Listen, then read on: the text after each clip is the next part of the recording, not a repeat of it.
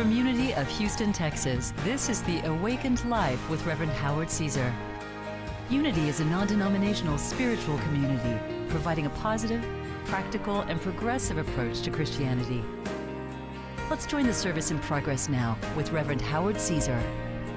The minister of a church, the pastor, was walking across kind of the grounds of his campus or ministry, and he saw a group of young teens there that were sitting on the church lawn.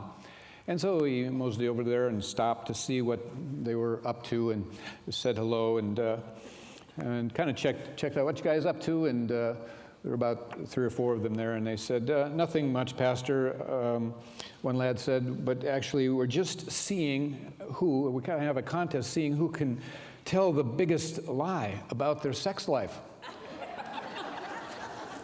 And the pastor says, boys, I'm shocked.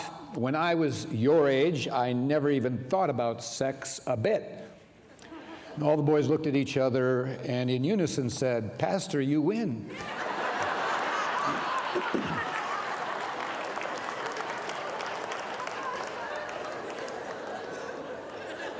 So we value honesty, even among our ministers. And but anyway, cute little story. I want to begin by saying, really, that much of the truth that we teach here at Unity, and that basically most of it you may have heard or know about in some context, and there's really nothing new to say under the sun, but we're really always here because sometimes we've forgotten it, and sometimes we need to review it, and sometimes we need to go deeper with it, and sometimes we just need to step into the potent power of that teaching once again and have it be given new life in us. And so that's the way I always think of it. So you've heard it said, of course, and taught that the greatest power in the universe is love. That is not new. Sages and seers have talked and taught this principle down through the ages, and there's been tons of books written, and there's been many songs written and sung, and it's out there. And so we've been told that God is love, and the importance that love holds in our life. If our life wants to be rich and full, really, that's what it's about. That's what you and I are. We are beings of love, and we come forth from the one true source of love. And so that's a big part of the lessons that we are learning, is how to be a more open vessel to that love. And the importance of that love is really reflected in the scriptures, of course, too, when we have Jesus, our master, teacher, and elder brother, who was asked the question, which was the great commandment in the law? And Jesus was quick to respond, saying, thou shalt love the Lord thy God with all thy heart, with all thy soul, and with all thy mind. And he said, this is the first and great commandment. So he answered the question that was posed to him by the asker, and yet he didn't stop there. He continued on, and he said, and the second is like unto it. So it's like, I'm not finished yet. You want what is the greatest commandment, and this is a second part to that, and don't miss that. It really joins with the first part. And so he was saying, this is like unto it, meaning this is significant, this is important, and this is powerful, and should be at the forefront of your consciousness as well, by all means, which is, thou shalt love your neighbor as yourself. Now, there's 2 parts to that. And we know, first of all, that it's important to love our neighbor, because really every person is our neighbor. We're all brothers and sisters on this planet. We all share the same source. We all come from the same life and divine intelligence. So we are all connected, whether we're awake and aware of that or not. That is our truth. But there are 2 parts to actually the second part that he addressed there. The first part is to love your neighbor. And the second part is basically to love ourselves. Thou shalt love thy neighbor as thyself. So do you get that he's saying how important it is to love ourselves? To love ourselves. And that's a simple truth, a simple idea, but so powerful, so important in all of our lives to grasp that idea. The fact is that we can't really love our neighbor, we can't love others, we can't love anyone fully unless we love ourselves, you know. And so today we want to just address this dimension of that which Jesus spoke of as being vital and important that part we want to pull out and lift about loving ourselves. So important. One of the universal symptoms of every person's problem facing humanity, really, individuals, collective humanity, whatever you want, it's the problem of loving themselves, you know. And loving oneself is not vanity or arrogance. That would be fear driving you. If you asked yourself this moment, every one of you here, if you asked yourself if you really loved yourself, and if you were truthful, if you really loved yourself, totally accepted yourself, loved yourself unconditionally, whether you're in that place, I think all of our answers would have to be no. I couldn't say yes to that I love myself totally and unconditionally. I'm still working through some things, peeling some things away, some of my history releasing and all of that. And I think most of you would. Now many of you might say, yeah, I love myself. But in truth, could you not say, well, I could love myself more? You know, and sometimes we do love ourselves under certain conditions when we feel how good that feels when we are, and we realize what a different person we are when we are able to do that. But basically, all problems on the human level are rooted in not loving ourselves. You really realize that? Just stop and think about that. If you really reflected on that, every problem that you have, ultimately, I could take you to the fact that there's some part of you that's not loving yourself, and that's why that circumstance is there, and that's why you have resistance to this and are fighting and battling that. That's why you have a charge about this and a charge about that. It's basically, on some level, conscious or unconscious, there's a part of you that's not loving yourself fully. So important for us to know this truth. Whether the problem is related to a health problem, a relationship problem, a money problem, whether it's a lack of fulfillment in work, a lack of happiness, a lack of creativity, a lack of aliveness, it can almost always be traced to a person's lack of love for themselves. And so basically every person, to some extent, in varying degrees, hunger for self-improvement, for self-acceptance, for feeling that they're good enough, that they fit in, that they're okay. They feel good in their being. They're not worrying about what other people are thinking. They're not having to find love outside themselves. They know that love, the source of love, is actually within them. It starts there as a child of God. So the question, why don't we love ourselves, basically comes down to the simple answer of limiting beliefs about ourselves and about life that are sometimes hidden from our awareness, things that we have been living from. And these beliefs come from many places during our lives. One of them can also even be religion, especially in Western religion. There's a man named John Crosby. Some years ago he wrote an article, and the article was titled, "The Origin of the Taboo Against Loving Ourselves."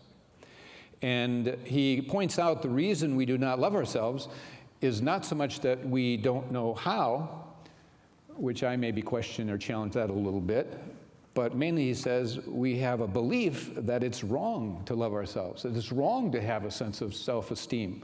And he traces that belief through Western culture back to certain parts of the Bible, in which an idol, he says, was defined as anything that could claim the allegiance and loyalty of the human heart. And so to prevent people from elevating the self to a position rivaling that of God, the early church fathers began to characterize the self as unclean, sinful, in need of redemption.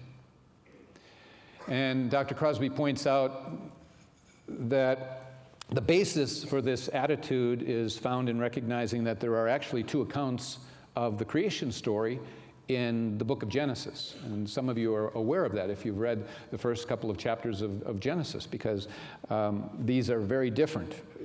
Chapter 1 has one version of a creation story, and chapter 2 has another version, and he's pointing this out. And he says that in chapter 1 you get a perspective that God is humanistic, that creation is a good thing. After everything is created each day, and it was good, and that God is a God of equality in that first chapter and first creation story. And God makes man and woman in his own image and likeness. really good stuff there. But then you get to the second chapter, and there's another creation story. It's very different.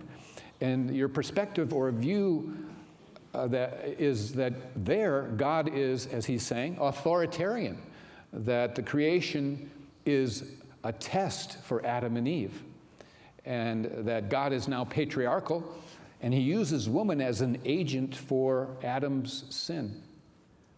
And there's no mention about being made in the image and after the likeness, only that there is punishment now for transgressions.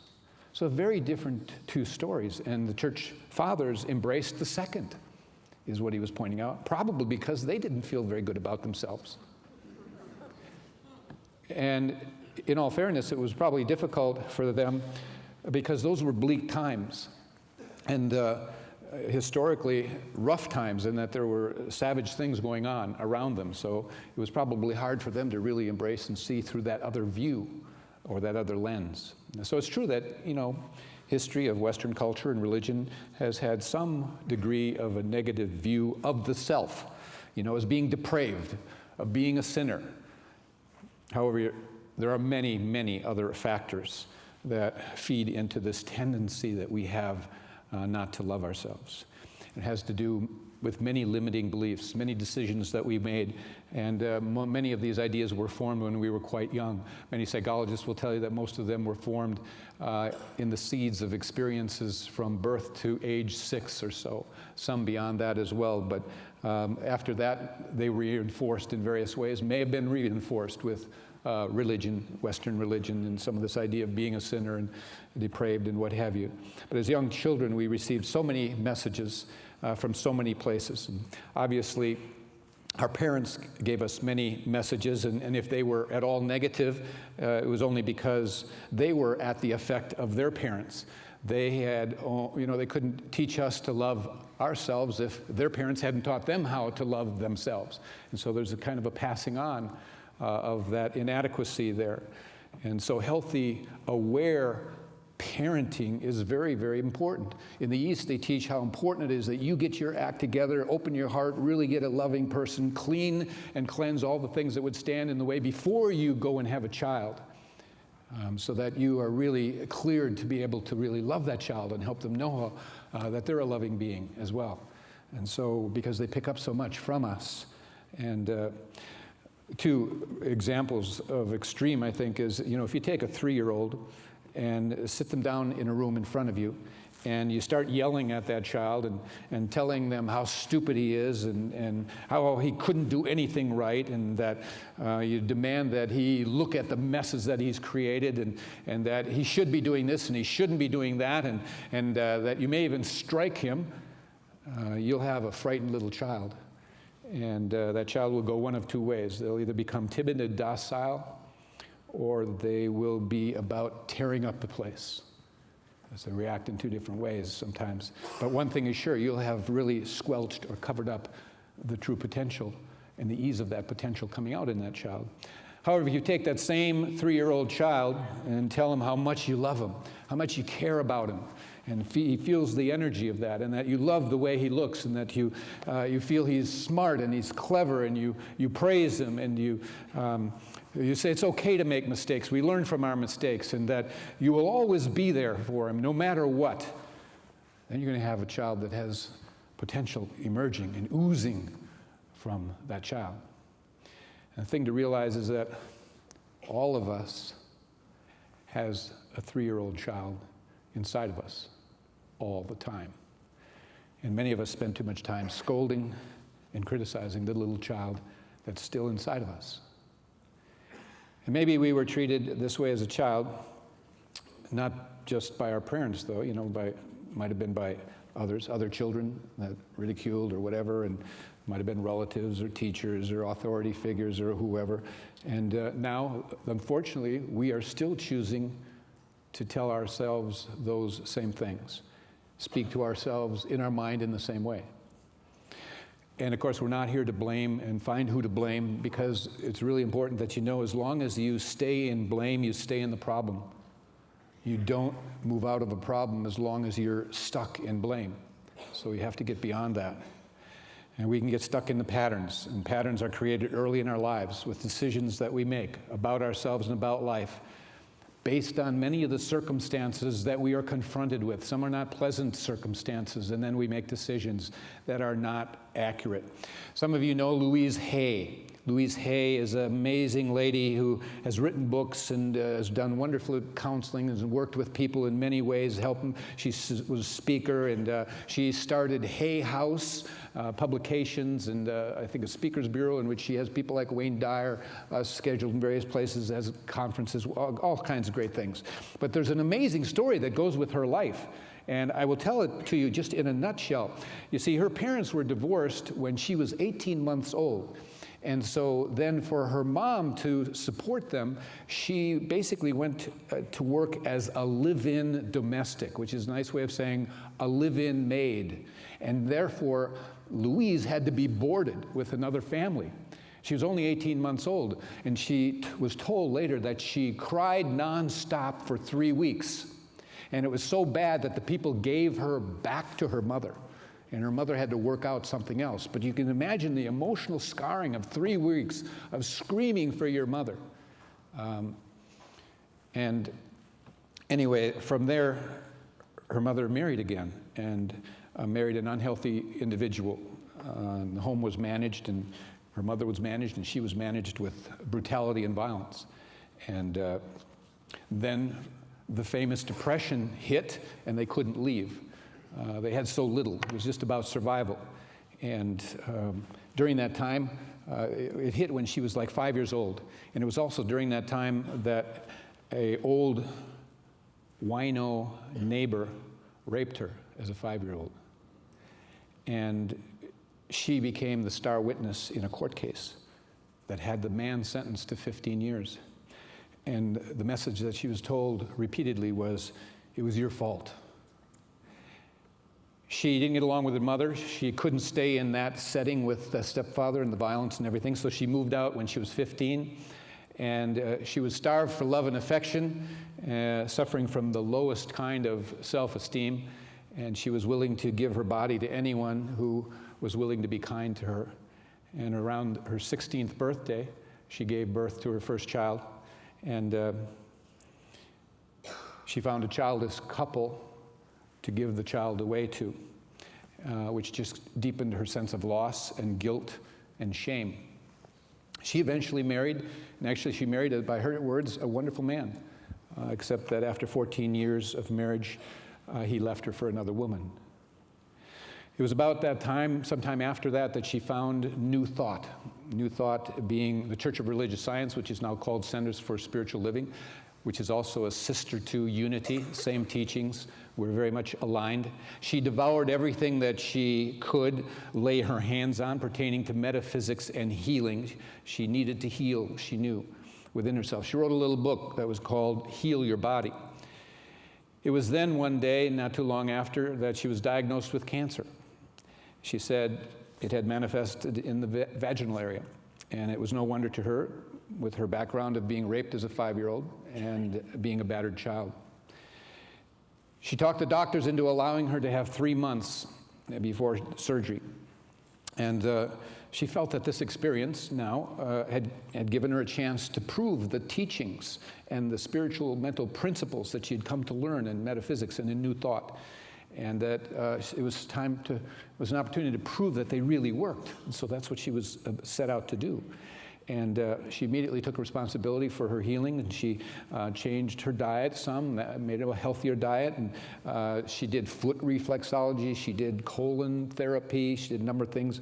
But she also went and connected with her parents and learned and found out about their childhood and understanding what their childhood was that made them the way they were, brought upon her compassion instead of bitterness and anger and resentment.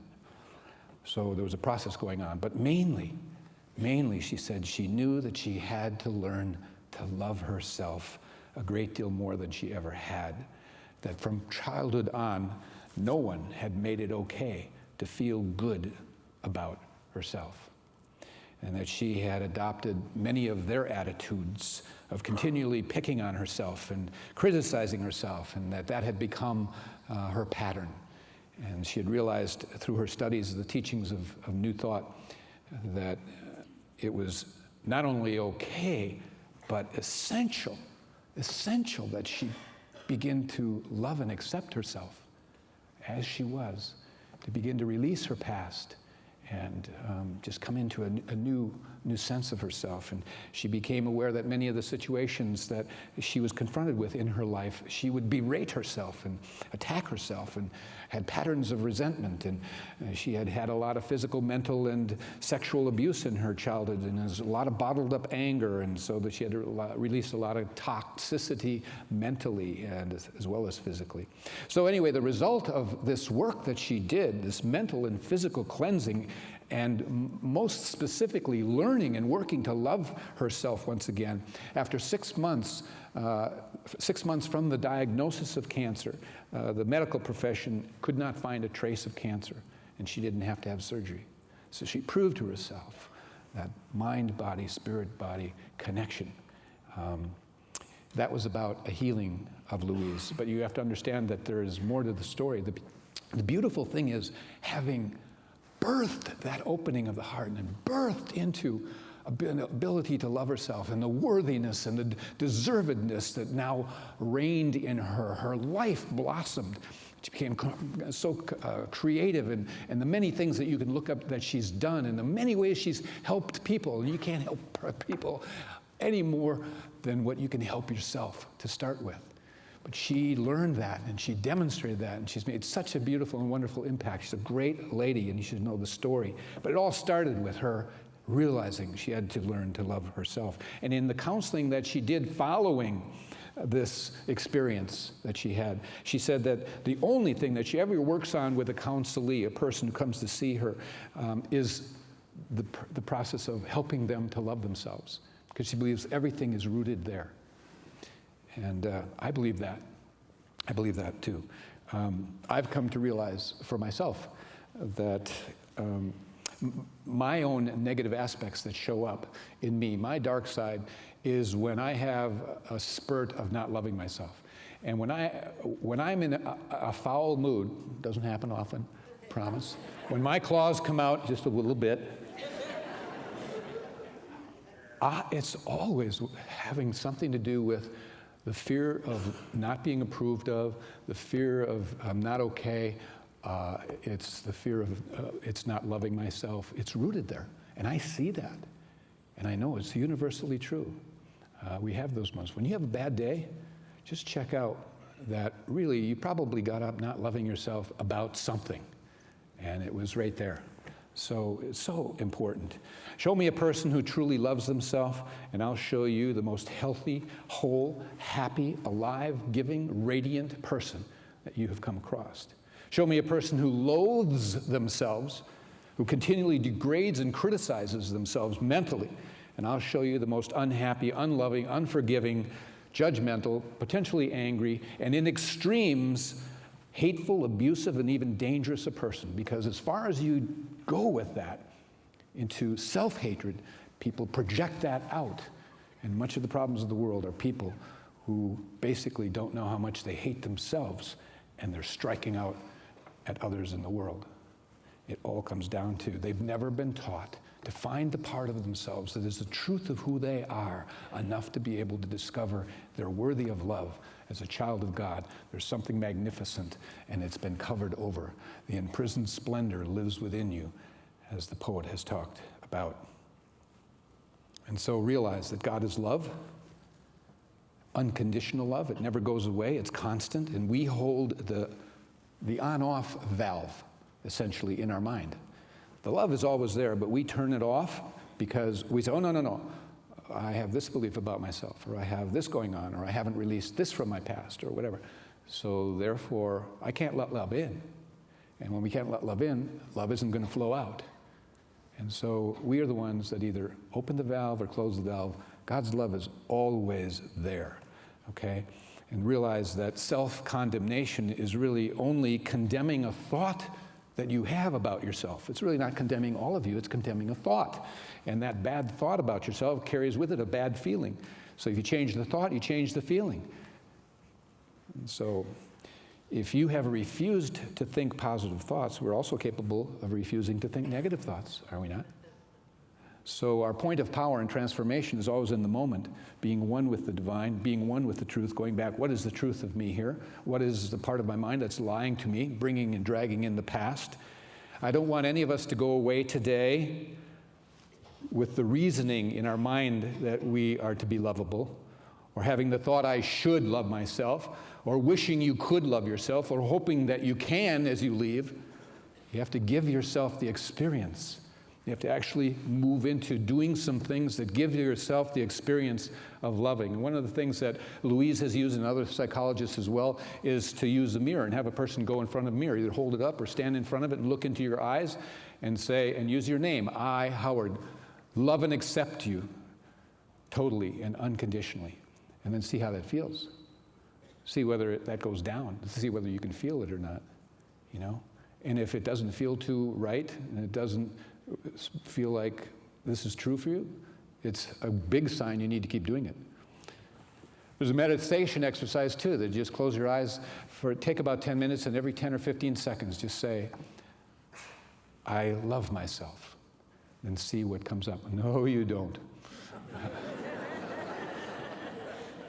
I love myself. Well, what about, I love myself. And just see that, yes, you have blocks, resistance that you are needing to get through. It's only when we fill our own cup and with regard for ourselves that we have any chance to give it away. And so to focus on ourselves and loving ourselves is not a selfish thing. Selfishness is actually the result of too little self-love, not too much. Okay? And so we are love. And Carl Jung said, the most terrifying thing is to accept oneself completely. Wow. Is it scary to totally embrace yourself? Be with that. I cannot stress enough how important it is to cultivate a love affair with yourself, to nurture yourself, to just embrace yourself. Shannon Alder, an author, he said, I have known friendship, love, parental love, romantic love, family love, unrequited love in my lifetime, but the only love that made a difference was self-love. You don't need confirmation from the world or another person that you matter. You simply do matter. And when you finally believe that truth and live it, then you will do amazing things with your life. So understand that you are not what others think you are. You are what God knows you are. And that is magnificent. Go be it. God bless you.